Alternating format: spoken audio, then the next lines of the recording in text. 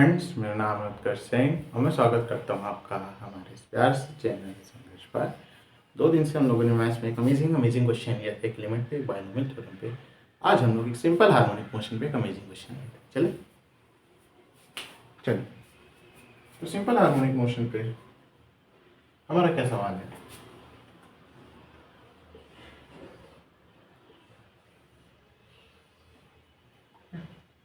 ये आपका एक स्क्वायर है, इसकी साइड लेंथ आपको a√2 दे रखी है।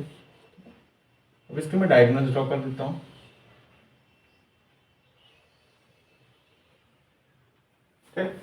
लग रहा है ना स्क्वायर ठीक ठाक? हाँ, ठीक ठाक तो है। ठीक है, तो इस लाइन को भूल जाइए, बट मिटा देता हूँ।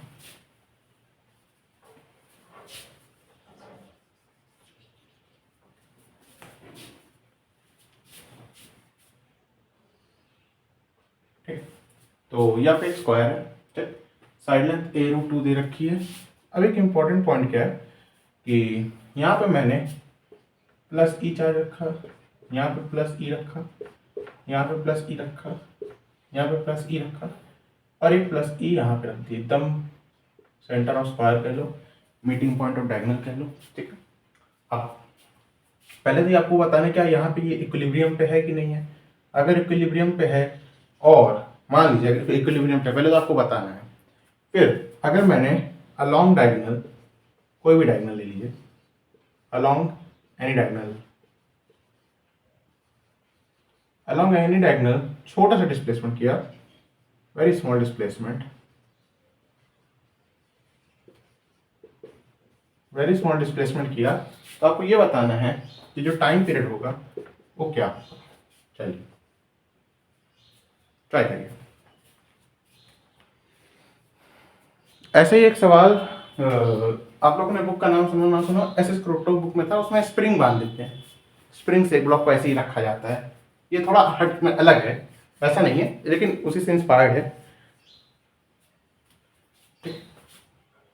a√2 दे रखा है, plus E plus E plus E plus E corners पे रख दे रखे हैं और प्लस ई आपको सेंटर पे दे रखा है। तो सबसे पहले आपको बताना है कि क्या ये इक्विलिब्रियम पे है। अगर इक्विलिब्रियम पे है तो फिर अगर मैंने कोई भी डायगोनल के लॉन्ग को भी पकड़ लीजिए, एक्स डिस्प्लेस कर दिया, तो मुझे बताना है कि टाइम पीरियड क्या होगा जो कि एसएचएम करेगा। पहले एसएचएम करेगा कि नहीं वो पता कर लेंगे।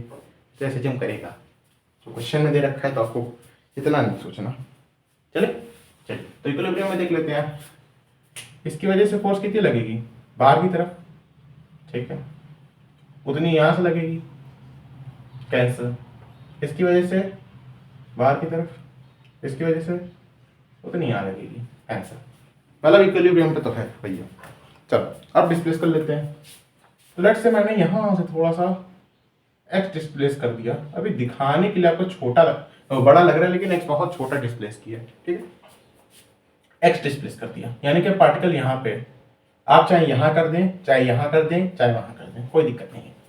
एक्स डिस्प्लेस कर दिया, अब पार्टिकल की पोजीशन आपकी ये आ गई है, ठीक है। अच्छा, अब मैं पहले जो डायगोनल पे है चार्जेस रखे हैं उनकी वजह से फोर्स निकाल लेता हूँ।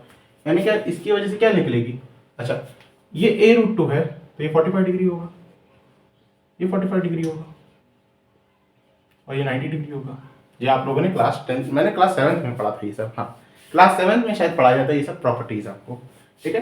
तो a√2 है sin 45 डिग्री बराबर परपेंडिकुलर अपॉन a√2 1/√2, ये a आएगा, ठीक है, a आएगा। अब पाइथागोरस थ्योरम से भी निकाल सकते हैं और किससे कह सकते हैं, आप जो ट्रिग्नोमेट्रिकल बेसिक चीजें होती हैं वो क्लास 9 में बताई जाती हैं और ये जो क्वाड्रिलेटरल का चैप्टर होता है शायद क्लास 7 से स्टार्ट हो जाता है, जहाँ तक क्या है, ठीक है। तो ये चीज आएगी a। इसको कोई दिक्कत तो नहीं ना, a कैसा है आप निकाल लोगे, a² + a² 2a², ठीक है, पाइथागोरस थ्योरम है। चलिए तो इस चार्ज की वजह से, ये जो ये चार्ज है इसकी वजह से क्या फोर्स लगेगी देख लेता हूँ, के e², क्योंकि दोनों सेम है, अपॉन डिस्टेंस क्या आ रहा है भैया, a था पहले, x और बढ़ गया, a + x का होल स्क्वायर। फोर्स यही होती है ना, इलेक्ट्रोस्टैटिक्स में पढ़ाया जा चुका है, ठीक है। अच्छा, इसकी वजह से क्या लगेगी, इसकी वजह से लगेगी के e² अपॉन, पहले a था, x कम हो गया, a - x का होल स्क्वायर। अच्छा मुझे ये बताओ इन दोनों में से बड़ी फोर्स कौन सी है, बेसिक चीज। क्योंकि उसके हिसाब से हम लोग उन्हें डायरेक्शन दे देंगे। वैसे अगर आप कोई भी माइनस कर दो किसी में से, अगर माइनस आए तो मान लेना जिस डायरेक्शन में करो उसे उल्टा होगा, वो तो बेसिक चीज़ें होती हैं। लेकिन मैं पहले कर देता हूँ क्या सही है क्या गलत है। देखो यार, तो फोर्स आपकी जो होती है K Q square upon R square होती है इलेक्ट्रोस्टैटिक्स में, तो आर पे डिपेंड करता है। आर बढ़ेगा तो फोर्स घटेगी। कहाँ पे आर बढ़ रहा है? यहाँ पे, यानी कि ये फोर्स इससे कम होगी। ठीक है, तो नेट फोर्स में आप इससे सब्ट्रैक्ट कर लीजिए, यानी कि के ई स्क्वायर अपॉन ए माइनस एक्स का होल स्क्वायर माइनस के ई स्क्वायर अपॉन ए प्लस एक्स का होल स्क्वायर। अभी हम इन्हीं दोनों चार्जेस की बात कर रहे हैं, क्योंकि एक लाइन पे है तो सीधा सीधा पहले इनको कर देते, बाद में जो होगा देखा जाएगा। ठीक है, तो जो फोर्स आएगी आपके ई स्क्वायर को यहाँ पे लोगे। अब इतना भी ख्याल आ चुका होगा क्योंकि एक्स बहुत स्मॉल है, और ऐसे सवाल हम पहले 10 बार कर चुके हैं कि बाइनोमियल थ्योरम लगने वाला है, और बेसिकली एडवांस के पॉइंट ऑफ व्यू से काफ़ी इंपॉर्टेंट होता है, ये चीज़ आप सीख लीजिए। ठीक है, मेंस में तो ये सब नहीं पूछेंगे, एडवांस में जरूर पूछते हैं। यहाँ पे ए निकाल लेता हूँ मैं बाहर। ठीक है, ए स्क्वायर 1 माइनस एक्स बाई ए का होल स्क्वायर ऊपर जाएगा, दिखाई देते हैं नहीं दिखाएंगे, 1 माइनस एक्स बाई ए का होल स्क्वायर माइनस पे ऊपर ले गए पावर को, माइनस टू को ऊपर ले जाओगे माइनस 2 हो जाएगा, माइनस के ई स्क्वायर अपॉन ए स्क्वायर। अब इसको 1 प्लस एक्स बाई ए बनेगा, ऊपर ले जाओ, 1 प्लस एक्स बाई ए बनेगा, ऊपर ले जाए और पावर आ जाएगी -2 दोनों में। ठीक है, तो के ई स्क्वायर अपॉन ए स्क्वायर को कॉमन ले लेता हूँ। यहाँ पे बनेगा, बाइनोमियल थ्योरम लगा दीजिए, 1 plus 2x by A minus, यहाँ पे क्या आएगा 1 माइनस 2x बाई ए। क्या दिक्कत? कोई दिक्कत यहाँ तक नहीं? बहुत बढ़िया। यहाँ से मैं क्या करूँगा, के ई स्क्वायर अपॉन ए स्क्वायर, 1 से 1 कट जाएगा, 2x plus 2x 4x upon ए, यानी कि कुछ आएगी 4 के ई स्क्वायर एक्स अपॉन ए। चेक कर लीजिए। अभी तक जिसका ऐसा आ रहा है जो पहले से सबको फोर्स को ले लिया, मैंने कहा कि पहले जो लाइन में है उनको देख लेते हैं, बाद में देखा जाएगा। ठीक, तो इतने में कोई दिक्कत नहीं। चलिए आगे बढ़ते हैं। अब हम बाकी फोर्सेस को देखने वाले हैं। ठीक, तो मैं ये रब कर देता हूँ ताकि डायग्राम से दिखाने ही दिखाने, और भी रहने देता हूँ।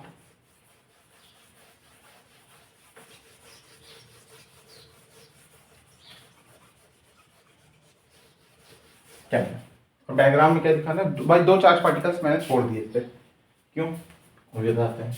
एक ये है, एक ये है, इन दोनों को भी अकाउंट में नहीं लिया था ना वहाँ पे। चलिए, इसकी वजह से जो भी फील्ड आएगी, फोर्स आएगी, ऐसे जाएगी। ठीक है, अलोंग द लाइन होता है ना, इसकी वजह से जो आएगी ऐसे जाएगी। ठीक, तो ये दोनों फोर्सेस आएंगी इन दोनों पार्टिकल्स की वजह से, यहाँ तक कोई दिक्कत नहीं। अच्छा, ये दोनों फोर्सेस मतलब ना तो एक लाइन में आ रही हैं, तो कभी भी फोर्स ऐसे होती हो, ऐसे जा रही है ना, एक ऐसे जा रही है, एक ऐसे जा रही है, तो ऑफकोर्स आप इतना तो मैकेनिक्स पढ़ के आ रहे हैं कि कहीं ना कुछ कंपोनेंट कट जाएगा, कुछ कंपोनेंट ऐड हो जाएगा। ठीक है, तो कौन सा कंपोनेंट काटे वो मैं दिखा देता हूँ। थीटा कहाँ माने? थीटा में ये मान लेता हूँ, कॉस थीटा ऐड करने में ज़्यादा सही रहेगा, क्योंकि वर्टिकली अपोजिट आ रहा है ना, ये अगर मैं ये थीटा मान रहा हूँ तो ये एंगल भी थीटा होगा। बताइए, आराम से देख लीजिए, डायग्राम साफ आ रहा है ना? ठीक है भाई, ये थीटा माना, वर्टिकली अपोजिट से ये एंगल भी थीटा आएगा। थीटा बहुत छोटा होगा, ये बात आप भी जानते हो, लेकिन कोई दिक्कत नहीं होगी इससे। अच्छा, तो ये जो फोर्स आ रही है मान लो F1 आ रही है, और ये जो फोर्स आ रही है मान लीजिए F2 आ रही है। ठीक है, ये भी थीटा होगा, क्यों भाई? सिमिलैरिटी है ना, इधर भी x है, इधर भी a है, ये भी थीटा ही होगा ना। ठीक, तो आप देख सकते हो कि जो इन दोनों का साइन कंपोनेंट होगा, साइन थीटा वाला, वो कैंसिल हो जाएगा, एकदम अपोजिट आ रहा है ना। और जो लाइन के अलॉन्ग आएगा वो कंपोनेंट क्या आएगा भाई? F1 cos theta plus F2 cos theta, यही आ रहा है ना लाइन के अलॉन्ग। ठीक, चलिए cos थीटा को कॉमन ले लीजिए, F1 प्लस F2। चलिए निकालते हैं दोनों को। cos थीटा की वैल्यू रखिए इस ट्रायंगल के लिए, या कोई भी ट्रायंगल लीजिए। चलिए ये वाला लेते हैं। cos थीटा क्या होता है? Base upon hypotenuse. बेस है x, हाइपोटेन्यूज क्या है? रूट में a square plus x square, यही लगेगा ना। x बहुत छोटा है, अब इसका इस्तेमाल करेंगे हम लोग। ठीक है, यही लगेगा ना, ठीक है। कॉस थीटा आ गया। चलिए f1 और प्लस f2 की बात कर लेते हैं। f1 क्या आ रहा है आपका भाई? f1 तो बेसिकली मैं कहूँगा k ई स्क्वायर अपॉन डिस्टेंस क्या आ रहा है, हाइपोटेन्यूज का स्क्वायर कर दोगे, यानी कि इस चीज़ का स्क्वायर कर दोगे, यानी कि ए स्क्वायर प्लस एक्स स्क्वायर ही आएगा। आसान है कैसे, इस चीज़ का आप लोग अल्टीमेटली स्क्वायर ही कर दोगे ना, रूट में फिर स्क्वायर कर दोगे तो सीधे लिख दिया है। प्लस प्लस क्यों, क्योंकि जो काटने वाले कंपोनेंट्स थे वो उनको तो मैंने पहले हटा दिया, ठीक है। इसकी वजह से बिल्कुल वही आएगा के ई स्क्वायर अपॉन ए स्क्वायर प्लस एक्स स्क्वायर। क्यों, देख लीजिए f2, ये डिस्टेंस आ रहा है, हाइपोटेन्यूज वही है, स्क्वायर के ई स्क्वायर तो पहले से भी सेम था, ठीक है। तो ये सब चीज़ें आ रही हैं, तो दिक्कत तो नहीं है, नहीं सब में चेक कर लीजिए भाई। मैं यहाँ रख कर दे रहा हूँ, नोट कर लिए ना। चलिए हाँ, ये चीज़ याद रखना, 4 के स्क्वायर। तब इसका काम बचा है। चलिए तो बात करते हैं, चले। तो भाई इन दोनों को जोड़ोगे तो अंदर क्या आएगा, एक्स अपॉन रूट में ए स्क्वायर प्लस एक्स स्क्वायर 2 के ई स्क्वायर, 2 के ई स्क्वायर ए स्क्वायर प्लस एक्स स्क्वायर। अब इनको एक बना दो, यानी कि मैं क्या कहना चाह रहा हूँ, 2 के ई स्क्वायर एक्स अपॉन ए स्क्वायर प्लस एक्स स्क्वायर है, ए स्क्वायर प्लस एक्स स्क्वायर की पावर हाफ है, क्या हो जाएगा, ऐसा तो आप लोगों ने बहुत बार कर लिया होगा, ए स्क्वायर प्लस एक्स स्क्वायर की पावर में 3/2। बहुत अच्छा। और जो अगला स्टेप है वो समझ जाओ, एक्स बहुत छोटा है, एक्स स्क्वायर को तुम तो सीधा निगलेक्ट कर देंगे भाई, एक्स बहुत छोटा है, एक्स स्क्वायर को सीधे 0 मान लो। ऐसा कभी भी स्टेटमेंट आया करे तो तुरंत ये सब जानना, अब इतनी चालाकी होनी चाहिए हम लोगों में, एडवांस की तैयारी करें। तो 2 के ई स्क्वायर एक्स, ए स्क्वायर से स्क्वायर कटेगा, ए क्यूब आ जाएगा। तो इन दोनों की वजह फोर्सेस से जो फोर्स आई वो इधर आई। अच्छा अच्छा, इसकी वजह के से जो फोर्स आ रही थी उसकी डायरेक्शन क्या थी भाई, ये ऊपर वाला था, मैं यहाँ रख कर दूंगा, सब हो चुका है। चलिए रख कर देता हूँ, थोड़ा सा डायग्राम क्लियर दिखाता हूँ, ये रख कर दे रहा हूँ मैं।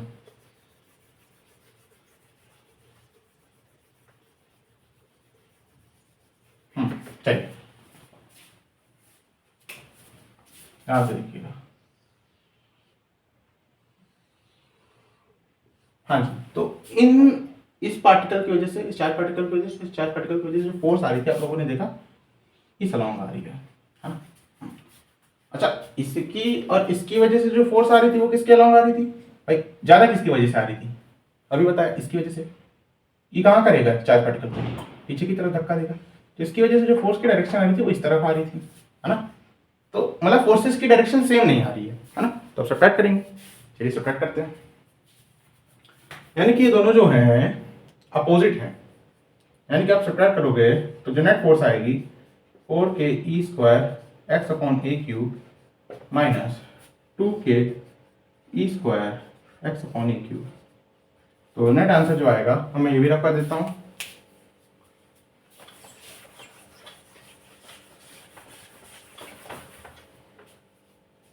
यह आएगा 2 के ई स्क्वायर एक्स अपॉन ए क्यूब, ये नेट फोर्स आएगी, मैं कह सकता हूँ एफ नेट। अब क्या ये डिस्टेंस पे डिपेंड कर रही है, जो एक्स बहुत छोटा सा डिस्प्लेसमेंट किया था, हाँ जी बिल्कुल कर रही है, यानी कि हमारा जो क्वेश्चन था बिल्कुल सही बना था, ये एसएचएम पे कर रहा है हमारा काम, ठीक है। आप देख सकते हैं एसएचएम पे, तो बस हो गया। ओमेगा क्या आएगा, रूट में ले लो 2 के ई स्क्वायर अपॉन एम आ जाएगा नीचे, यहाँ एम ए होता है ना, तो ए को इधर रखोगे, एस्केलेशन को इधर रखोगे, हम नीचे भेज दोगे एम ए क्यू, ये ओमेगा आ गया आपका, ठीक है।